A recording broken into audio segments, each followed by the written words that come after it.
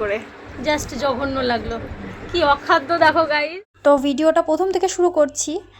আর 16 April ছিল, আমার একটা কাজ ছিল নেলসের। তো আমি বেরিয়েও পড়েছি বাড়ির থেকে। এরপর টোটো ধরার জন্য মেন রোডে যে আমি একটু দাঁড়িয়েছিলাম, একটুখানি দাঁড়ানোর পরেও টোটো পেয়ে গেছি, বেশিক্ষণ দাঁড়াতে হয়নি, 2-1 মিনিট। আর যাচ্ছিলাম আমি আর আমার বোন। আর যেতে যেতে এই যে এখানে চড়ক পুজো হয়েছিল আমাদের বাড়ির একটু দূরেই।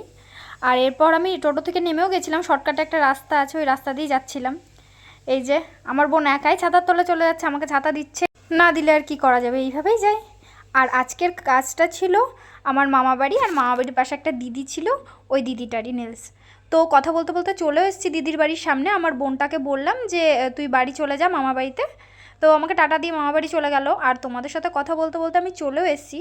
তারপর দিদি আমাকে বললো তুই, আর দিদি যেই আসলো আমি ঝটপট করে নেলসগুলো ফাইল করে নিলাম। এরপর আমি সব টিপসগুলোও লাগিয়ে দিয়ে, টিপস লাগানোর পর ফাইলিং করে সব কিছু শেপ দিয়ে এরপর আমি পলিশ পরাচ্ছিলাম, ওগুলো ভিডিও নিতে ভুলে গেছি। আর এরপর একটু গ্লিটার দিয়ে দিচ্ছিলাম, দিদি দিতে বললো। এরপর টপ কোট পরিয়ে কাজটা শেষ। আর আমার এই কাজটা কেমন লাগলো তোমরাই জানিও, আর দিদির মুখ থেকে শুনো।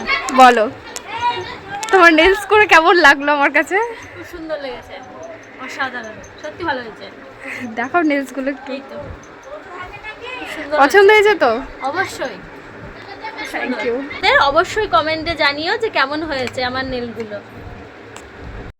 আর এত সুন্দর একটা রিভিউ পেয়ে আমি তো সেই খুশি, মানে সেই মজার। এই যে দিদিও খুব খুশি। এরপর আমার বুনু ভাই নিতে এসেছিলো, তো ওদের সাথে বাড়ি চলে গেলাম। বাড়ি যাওয়ার পর দিদার সঙ্গে একটু কথা বললাম, দিদা বলছে থাক, আমি থাকিনি, বললাম পরে আসবো। এরপর আমি টোটো ধরে বাড়ি চলে আসলাম। তো ভিডিওটা এইটুকুনি, টাটা।